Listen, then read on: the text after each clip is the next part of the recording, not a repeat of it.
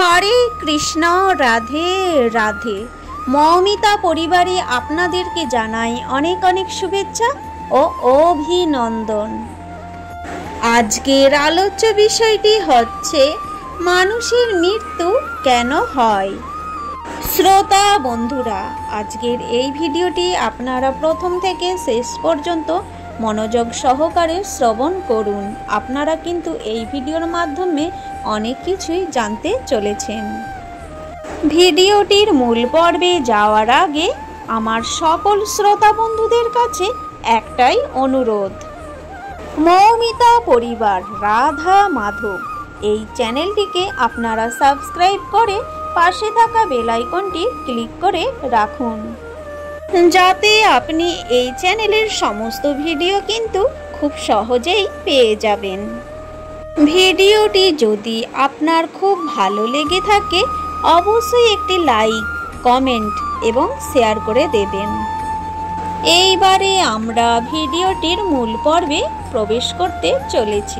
বন্ধুরা, আজকে ভগবান শ্রীকৃষ্ণ ও অর্জুনের কথোপকথন নিয়ে আলোচনা করব।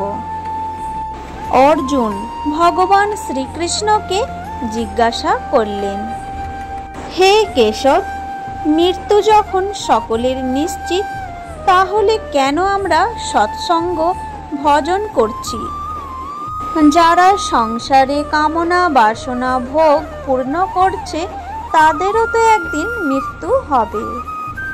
ভগবান শ্রীকৃষ্ণ অর্জুনকে বললেন, হে পার্থ, বিড়াল যখন ইঁদুর ধরে দাঁত দিয়ে কামড়ে তাকে বধ করে, ভোজন করে, কিন্তু সেই দাঁত দিয়ে যখন নিজের বাচ্চাকে কামড়ে ধরে তখন বিড়াল তার বাচ্চাকে কি বধ করে? কমলভাবে এক স্থান থেকে অন্য স্থানে বিড়াল তার বাচ্চাকে স্থানান্তরিত করে। দাঁত একই, মুখও একই, কিন্তু পরিণাম পৃথক পৃথক।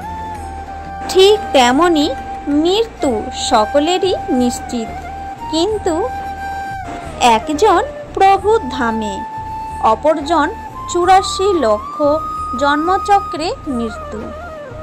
জন্মিলেই মরিতে হইবে, এটাই বিধির বিধান। হে পার্থ, দেহে প্রাণবায়ু থাকতে তুমি এই দেহকে তুমি কেমনভাবে পরিচালনা করছো তার উপর নির্ভর করে তোমার প্রাপ্তি ঘটবে। জড় সুখ ভোগ করে যদি সম্পূর্ণ জীবন অতিবাহিত করো, কৃষ্ণ সেবায় নিজেকে সমর্পণ না করো, তবে মৃত্যুর পর এই দুঃখালয় জগৎ সংসারে তোমাকে নানা দেহে নানা রূপে ফিরে এসে কর্মের ফল ভোগ করতে হবে।